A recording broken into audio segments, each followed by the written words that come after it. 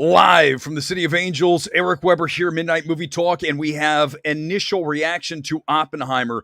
I didn't know if I'd get to see it today. In fact, I got to do the Barbenheimer twofer. The first person on planet Earth to do both films in the same day.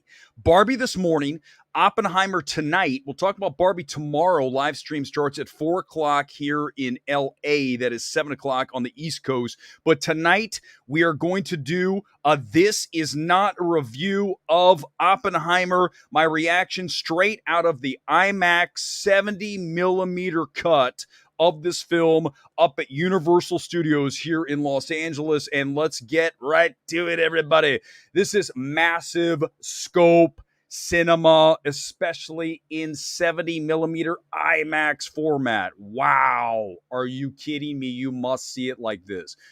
Listen, this is going to prove extremely challenging, and note the bold. This is not for the average regular moviegoer. You guys knew that, right? It's Christopher Nolan, right? But this isn't even Tenet. This is for the most dialed in hardcore film goers, the cinephiles within the cinephiles out there. This film will work for you. I think the big takeaway from Oppenheimer is the fact that Nolan has finally, after how many films now, perfected the sound design. How many times did you watch a Nolan film over the past several, right? Go back to The Dark Knight Rises. Look at Interstellar for sure. In Tenet, you couldn't understand the dialogue because the score is overriding the discussion. And what happens is you don't know what the hell's happening in the movie. This time around, he's got it dialed in, and the dense, and it is dense dialogue here, is audible, and Ludwig Göransson's booming score, one of the standouts here. Listen, there's rarely a moment of this film that does not have Göransson's extremely present score. This thing is definitely an Oscars contender for best score. We're going to talk about where this goes as an Oscars 2024 heavyweight in a second, but the good news for those of you who want Max Christopher Nolan, you are about to receive as large a dose of Nolan as you could ever hope and pray for. But I really want to bring it back to, remember, this is not a review. So if Universal's watching, it's not a review. We're not breaking the embargo. We're just discussing just generalities here. This is not for just the average person looking to turn their brain off for a few hours, right? 3 hours this film is. And I really want to make sure this is stated. The back 45 of Oppenheimer is wow. It will, and that's not good, by the way. That's not a good wow. It is, squirm in your seats. Let's wrap this thing up. Now, it sounds like I'm mixed here, and it is because why? What do I always value more than anything, guys? I always value tech. I'm going to admit this. Everybody who knows me knows that if I see a film that has the tech that Oppenheimer has on full display, I'm going to recommend the film. But it comes with a very, very noticeable asterisk here, which is you better be ready for a film that will take so much of your bandwidth that you need to be in the right frame of mind to step into Oppenheimer. I mean, I would even argue there should be an IQ test administered before you walk into the theater to see Oppenheimer. Because if you fail that, you are going to be in sheer misery watching this film. Now, the things that I see this film, you see at the bottom here, what is Oppenheimer going to be up for in Oscars 2024? It's a heavyweight in a number of categories and without question the tech, but I'm going to put it into picture, okay, because of the achievement that Nolan, one of the things that Oppenheimer is that proves challenging, I think, when you watch this film is that it's told in different timelines, right? So you're typical Nolan. You're going to be like, okay, I'm not exactly sure where I am, disoriented. Are we here? Are we there? And eventually it'll all come together. I think that it's overcomplicated, no question, but you know that Nolan's going to do that. When has he not made a movie that is too much. And here he does it again. But I think as an achievement picture, director for sure, based on the tech, based on the IMAX, the 70 millimeter, his just love of cinema, that is a strong contender. Actor, Cillian Murphy, I mean, you kidding me? This is by far the best performance of the year. And we're almost, halfway through the year, a little over halfway through the year. And he's clearly number one when you start stacking the best actors of 2023. Supporting actor, that's the one that a lot of people are going to discuss here. I think it's clear that there are two contenders out of this cast. Let me pull up and when you look at the IMDb of this film, you're like, my God, who's not in this film? I mean, when you look at all of the actors, Robert Downey Jr., Matt Damon, you know that. Emily Blunt, obviously. You've got Jason Clarke, Tony Goldwyn, Kenneth Branagh, Rami Malek's in this. Gary Oldman shows up. But if you were to ask me who are the two supporting actor contenders from Oppenheimer, and go back to last year, for those of you who say, well, we don't usually get two supporting actors from one film.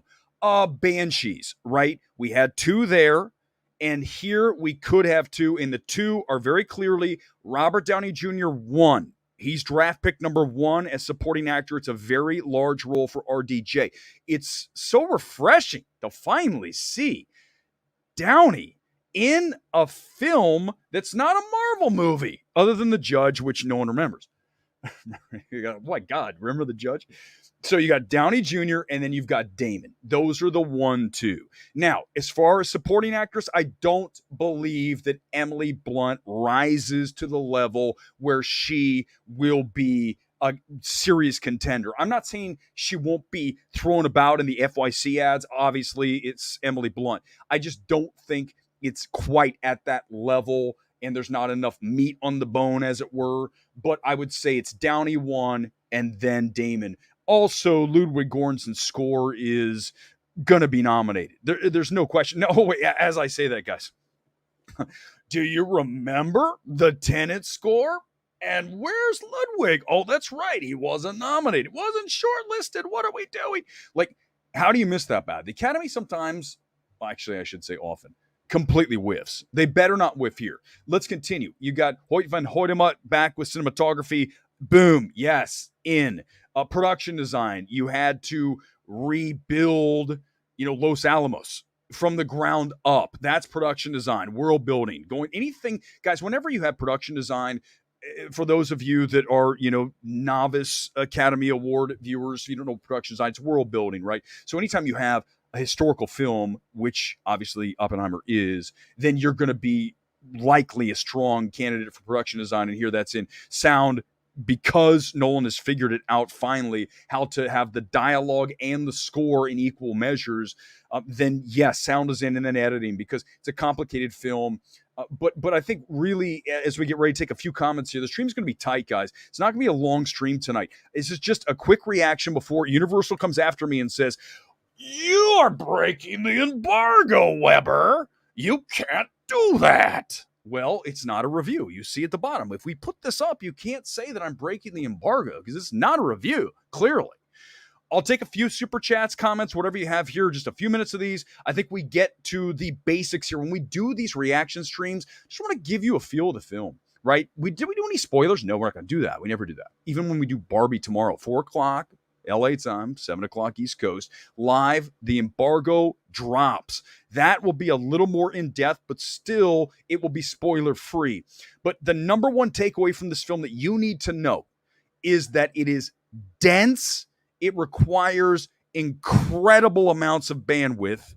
And if you're not prepared to put yourself fully invested in a 3-hour film that will challenge the shit out of you in that back 45, then do not go see Oppenheimer. The people on the stream now, I know you're all good with that, right? You guys are hardcore cinephiles. That's the MMT crowd. I get it. So I'm just telling the people that are possibly on the fence about this, watch out. This is not going to work for you.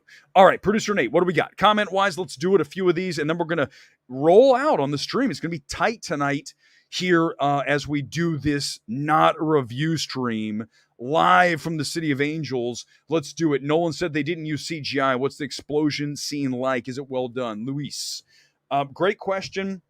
Spoiler free. One of the, I think, best choices and most artistically interesting choices of Christopher Nolan here with Oppenheimer is when the explosion occurs, the test at Los Alamos. You will marvel at what Nolan decides to do. I want to let you experience that for the first time. I think that's clearly the highlight of the film. The problem with Oppenheimer is we get that 45 minutes before the finish. So the back 45 is really challenging, and it is definitely overlong. No question this film is too long. I mean, but it's every film that I see. But this is going to really test you on that back 30, 45 minutes without question. Greasy Guido, are you saying it's objectively great? You have to be pretentious to enjoy it. It has the things that I love about going to the theater, the cinema of it. But as a great, did you notice what I didn't include, by the way, when we talked about the Oscars? What did I not include? Screenplay. So, you understand where I'm coming from. Mr. Tech loves the tech elements. The screenplay is not going to be up for Oscar because Nolan has done it again. He tries to do too much and he's going to lose the vast majority of the audience. This is a film that you have to watch who you listen to when it comes to critics, because we all know that the majority of film critics, it's a circle jerk of, oh, this is a piece of art and it's so... Listen, they don't speak for you. They speak for the smallest group of subset of fellow nerd film critics, okay? And yes, they are 99% dweebs. Sorry, reality, truth. But you need to know that this film is not going to work for the vast majority of the movie-going population, and that's why I had my concerns about this film in IMAX for 2 weeks. Not from an artistic standpoint, from a commercial standpoint. Audiences are not going to be able to access this film in the way that's going to be beneficial for theater owners, especially on that second week. Out here in LA, in New York, in Chicago, in San Francisco, Philadelphia, DC, all the major cities, not a problem. When you start veering off into the Dayton, Ohio's, and the, Rockford, Illinois, you're going to have a problem because there's not as many cinephiles in those cities. That's my concern. A few more minutes. Universal's going to say take the stream down, because now you're almost. I'm not reviewing it because it's not a review. You guys, it's not a review. So what do you want me to say? Let's go. A few more. Producer Nate. I think the general audience should know what to expect from a Nolan picture. They should put that on the thinking hat.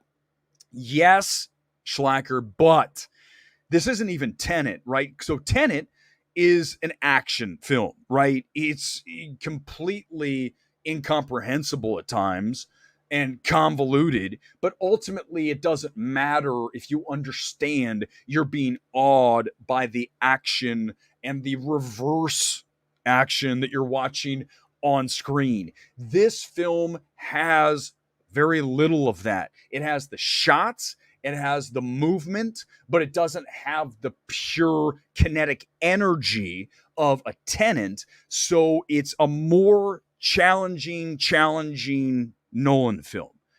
Okay, I can't give you a total number on what my review is, because then I would break the embargo. A few more questions, we'll roll out of here. It's going to be tight tonight, guys. Tight. I think we've done it. Did it leave you satisfied, Michael? Great question. Yes and no. Yes, technically, yes. Screenplay-wise, emotionally-wise, no. This film is not going to impart an emotional experience upon you that's going to leave you a wreck, right? I mean, Tenet didn't. But here's what I would say. You go back and people ask me today, what's your favorite Nolan film? And the answer for that, for me, is easy. It's Interstellar. Why? Because of the emotion involved. the father-daughter relationship over time. I mean, at the end of that film, when he hasn't aged and his daughter has aged and she's now on her deathbed, if that doesn't like blow you away, the human experience of that, then I question your humanity. This film doesn't have that, right? I mean, Oppenheimer is a cold person. So, you know, accessing that part of him essentially at the end of the film being framed for being a communist, it's a witch hunt, right? The movie is an entire witch hunt of Oppenheimer being used by the US government to make something they want, and then once they get it, throwing him in the trash. That's the summary of Oppenheimer from a plot standpoint. So you're asking a lot of the audience who is really wants things kind of just easy to access, especially in the summertime. Applaud Universal though for putting this out now, because it's July, right? We're mid-July. We have 2 films coming in this weekend that are markedly different. Okay, Barbie, thoughts coming tomorrow. I can't wait to discuss that film with you guys, by the way. I'm not going to say anything tonight. I'm literally holding every bit. It's very hard for me not to even say anything about Barbie. But Oppenheimer is what we expected, but even more challenging than I anticipated. And average moviegoers are going to dislike this film. I'm calling it tonight. I know I'm right. I'm right about this every time. You have to be able to access when you watch these films. When I talk about what we do here on MMT, we are evaluating 2 things. One, do I like the film? Does it work for me, the cinephile guy who grew up in Columbus, Ohio, who liked to just go see regular movies like Lost Boys and anything else from the 80s, right? Cocktail, any of the wonderful 80s movies we were treated to. There's that lens, the regular guy, and then there's the cinephile who enjoys Tar and thinks it's a masterpiece. Those are, right, 2 different things. So when we put them and line them up and we run it through Oppenheimer, you are going to get the cinephile and you're going to just leave the mainstream moviegoer to the side. They're not going to be in on this. And that's the challenge. Universal, applaud them for making the film, but I think that we needed to really whittle this down to a 215, 220 runtime. But, you know, they're not going to tell Nolan. That's just the reality of it now. When you're a director of Nolan's weight, you're not going to tell Christopher Nolan, you've got to cut this film down. You got to make it a little more streamlined. Tell it more linearly than you do. It's just, you're not going to give him the guidelines. You're just going to let him do what he wants, and for good or bad. Johnny, at least give us a facial expression that summarizes your reaction to Barbie. I can't. I'm not going to. I'm going to make you guys tune into the stream tomorrow. I think we're going to wrap this right now. I said about 20 minutes is about there. Tomorrow we are going to talk about Barbie. Okay. That is going to be one of my favorite streams of all time here on MMT, because it is such a complex film to discuss. And I knew it would be, but even more so after watching it today, after doing the Barbenheimer 1, 2. I'm ready to talk about Barbie tomorrow, but it's got to be at 4 o'clock LA, 7 o'clock New York, live here on MMT. Hopefully we got through most of your Oppenheimer thoughts here tonight. We'll talk about more on this film coming up later this week, certainly on the Thursday night box office show. But I think opening weekend will do the numbers we expected for this film, 45 million plus. And then we're in trouble when it comes to just getting Joe Sixpack to the theater to watch Oppenheimer. Maybe he was in on Tenet, but Oppenheimer, I think we might have a problem. Not a problem for us, though. We love movies. We love cinema. You're going to dig Oppenheimer for the large part of it. You're definitely going to say, this is a film that I enjoyed the experience of. All right, guys, tomorrow, live, 4 o'clock, my time, Barbie. No holds barred. The embargo is dropped. I'm going to talk about it with me and Scott Menzel, and I haven't talked to him yet, whatever he thinks of the movie, I hope it's the opposite of what I think. It's going to make for some great show tomorrow. MMT, 4 o'clock. I'll see you then. Until then, Erick Weber saying good night, live from LA. Peace.